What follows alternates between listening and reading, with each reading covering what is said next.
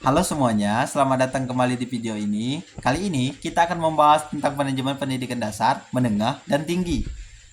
Pendidikan merupakan faktor utama dalam membangun masa depan bangsa.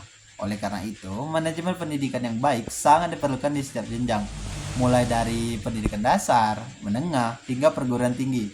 Setiap jenjang memiliki karakteristik dengan tantangan tersendiri dalam pengelolaannya. Nah, bagaimana cara mengelola pendidikan di setiap level ini agar berjalan efektif? Yuk, kita bahas lebih dalam. Yang pertama, manajemen pendidikan dasar. Pendidikan dasar mencakup jenjang sekolah dasar (SD) dan sekolah menengah pertama (SMP).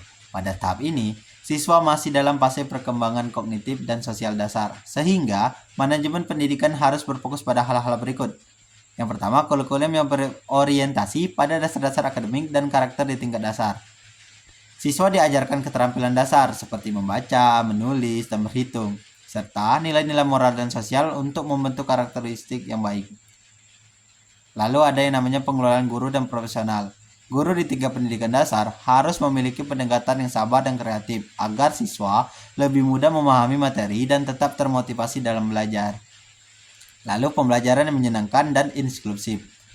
Metode pelajaran yang aktif dan inovatif sangat diperlukan agar siswa tidak merasa bosan dan lebih antusias dalam belajar. Selain itu, pendidikan inklusif juga harus diterapkan agar semua anak, termasuk mereka yang berkebutuhan khusus, mendapatkan hak yang sama dalam belajar. Lalu, apa sih manajemen pendidikan menengah? Pendidikan menengah terdiri dari sekolah menengah atas, yaitu SMA, dan sekolah menengah kejuruan, yaitu SMK. Pada jenjang ini, siswa mulai diarahkan untuk menentukan minat dan bakat mereka sebelum melanjutkan ke jenjang pendidikan tinggi atau dunia kerja. Beberapa aspek penting dalam manajemen pendidikan menengah adalah diversifikasi kurikulum. Di jenjang ini, siswa diberikan pilihan untuk lebih fokus pada bidang akademik atau kejuruan. SMA lebih menekankan pada persiapan menuju perguruan tinggi, sedangkan SMK lebih berorientasi kepada keterampilan kerja.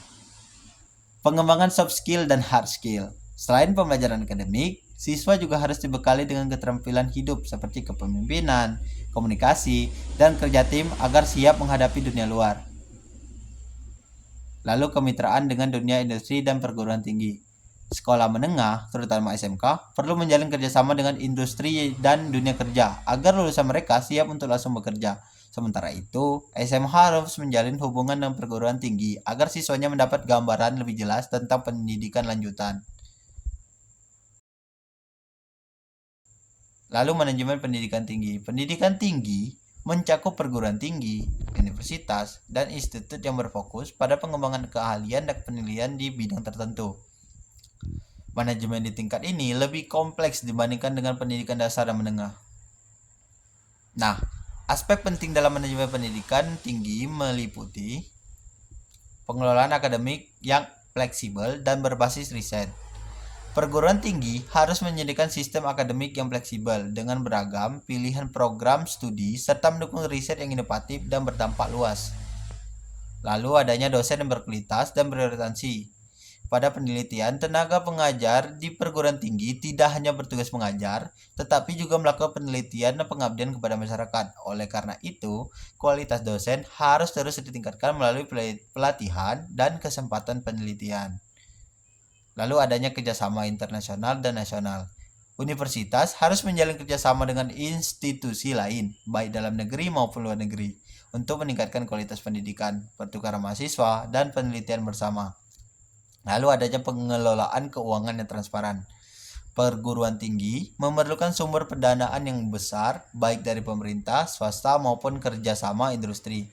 Oleh karena itu, pengelolaan keuangan yang transparan sangat penting agar institusi tetap berjalan dengan baik.